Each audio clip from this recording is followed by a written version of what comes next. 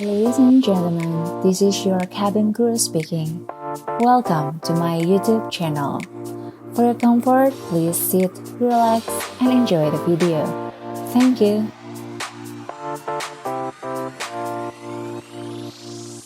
Assalamualaikum warahmatullahi wabarakatuh. Ketemu lagi dengan aku Tiwi. Nah, ya ampun, udah lama banget nggak bikin konten.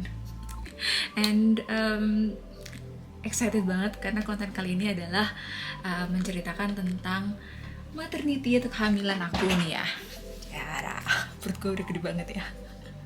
Nah, jadi pramugari itu bisa nggak sih cuti hamil? Karena saat ini saya masih tetap menjadi seorang pramugari dan sedang menjalankan cuti hamil untuk kehamilan anak ketiga ya. Ini baru pertama kali sih, karena waktu kehamilan anak pertama dan kedua waktu itu aku resign dari perusahaan sebelumnya gitu. Nah, kalau yang ketiga ini kebetulan di perusahaanku yang sekarang yaitu Saudia itu diperbolehkan yang namanya cuti hamil selama kurang lebih 1 tahun, dan itu alhamdulillah banget. So I will share about my experience ya.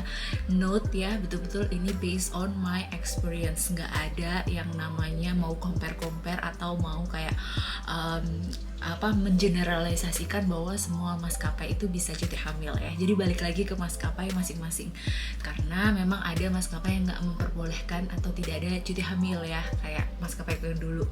Nah, yang sekarang itu aku menceritakan based on my experience again. Terus kedua itu karena kita punya kontrak ya, jadi emang tertulis di kontrak itu kalau kita itu bisa cuti hamil. Berapa lama sih cuti hamil yang didapat? Nah itu kalau di perusahaan kita itu kurang lebih itu hampir 1 tahun ya, 1 tahun berkisar sekitar 10 bulan sampai 12 bulan. Jadi ya tergantung. Nah, prosesnya gimana untuk bisa dapetin itu? Nah, itu tuh udah tertulis di kontrak kita ya, bahwa memang female employee itu shall be eligible for maternity leave. Nah, cara untuk mengajukannya itu gampang banget. Yang pertama harus kita lakukan adalah kita datang ke rumah sakit yang sudah menjadi rekanan ya. Jadi nggak bisa ke asal rumah sakit.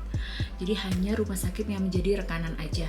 Kayak contohnya kalau di Indonesia itu Saudi kan kerjasamanya sama Rumah Sakit Pondok Indah, dan Rumah Sakit Pondok Indahnya pun cuma ada 2, yang di Jakarta Selatan ya, sama yang di Puri. Jadi udah kita datang di salah satu rumah sakit tersebut, terus kemudian kita minta kan kita ke dokter umum tuh untuk mengecek ya kan positif atau tidaknya kita. Terus kamu bakalan dapat yang namanya pasti surat keterangan dokter ya, kalau kita menyatakan kita tuh hamil berapa minggu gitu. Terus biasanya juga ada hasil USG-nya kan. Nah itu punya aku udah hilang, aku cari-cari nggak ada. Cuma nanti kan kita bakalan dapat result USG kayak gitu kan, kita itu hamil. Kita bakalan dapat kayak result USG gitu, kita hamil berapa minggu. Terus kemudian kita submit semua hasil dari surat dokternya, terus kemudian hasil USG-nya, dan juga bukti misalnya kayak surat nikah kayak gitu, terus sama formulir. Habis itu udah kita submit, kita tunggu jawaban, dan nanti akan keluar di sistem kita itu akan dapat berapa lama. Kita nanti dapat email gitulah kayak congratulations, kamu mendapatkan cuti hamil kayak berapa lama kayak gitu. Udah selesai gimana dong kak gitu. Nah kalau udah selesai itu balik lagi, aku sih karena belum pernah ngerasain ya, cuma di sini sih di kontrak itu bisa itu tertulis bahwa kita itu punya hak, has the right to extend the maternity leave for 1 month without pay. Jadi kalau misalnya kita mau perpanjang nih, misalnya kayak aku due date itu di Januari, jadi aku harus balik itu nanti untuk training di bulan Maret.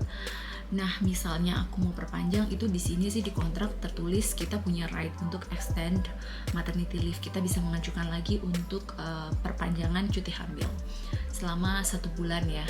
Terus kalau misalnya in case ada sakit atau memang ada kebutuhan khusus, special need child who case requires continuous escort gitu. Jadi mungkin kalau misalnya kita ada kebutuhan lagi yang berhubungan dengan medis ya, yang membuat kita emang harus beristirahat ataupun mungkin dari babynya perlu more care, itu kita bisa mengajukan lagi extend untuk maternity leave itu tersebut.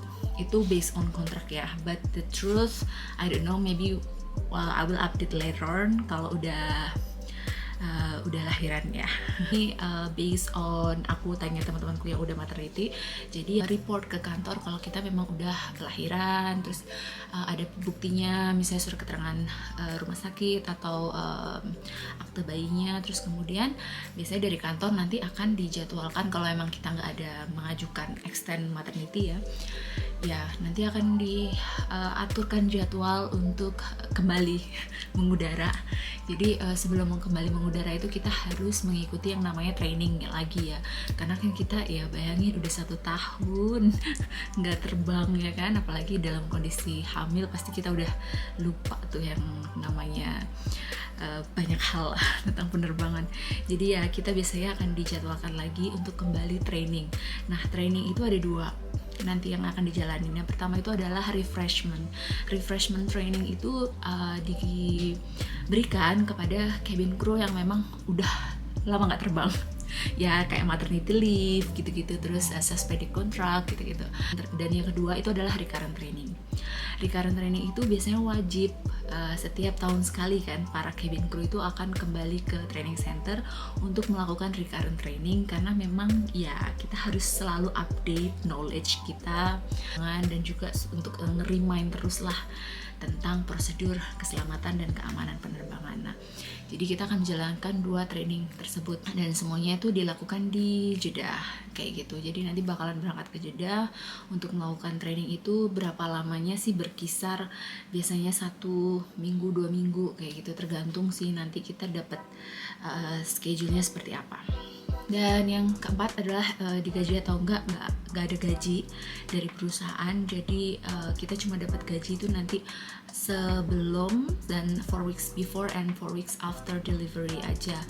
Nah tapi nggak usah khawatir, di kami sih alhamdulillahnya ada support yang namanya insurance ya, asuransi dari perusahaan. Nah itu kan yang pertama, itu perusahaan itu kerjasama dengan insurance swasta ya, jadi kayak di luar dari perusahaan, yang mana ya sistemnya reimburse kayak gitu. Kita ngajuin, misalnya setiap kali kita berobat kita bisa ngajuin ke insurance tersebut. Dan yang kedua itu memang fasilitas dari perusahaan, kayak misalnya kalau misalnya kita sakit ataupun pokoknya butuh perawatan atau apa, kita tinggal ke rumah sakit rekanan, itu akan dibayarin sama perusahaan. Nah kalau maternity ini itu nggak ke cover kalau yang fasilitas kesehatan dari perusahaan itu, mereka nggak mengcover masalah maternity. Jadi biasanya sih kita menggunakan fasilitas yang insurance dari swasta tadi atau yang kedua ya. Jadi sistem reimburse lah, kita bisa menyimpan semua receipt-nya, terus kemudian kita bisa ajukan dan kita akan dikembalikan atau mendapatkan insurance dari si pihak swasta tersebut. Nah itu tadi semuanya cerita tentang maternity aku.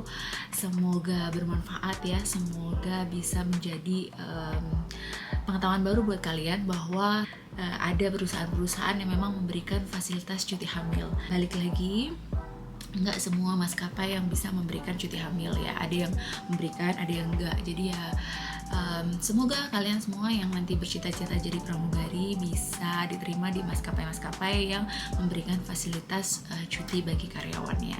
Dan nanti insya Allah saya update lagi sih kalau memang udah lahiran ya, mungkin masalah insurance atau mungkin masalah nanti pas waktu balik training ya. Semoga bermanfaat. Wassalamualaikum warahmatullahi wabarakatuh. Bye bye. Flying is more than a sport and more than a job. Flying is a pure passion and desire, which fill a lifetime.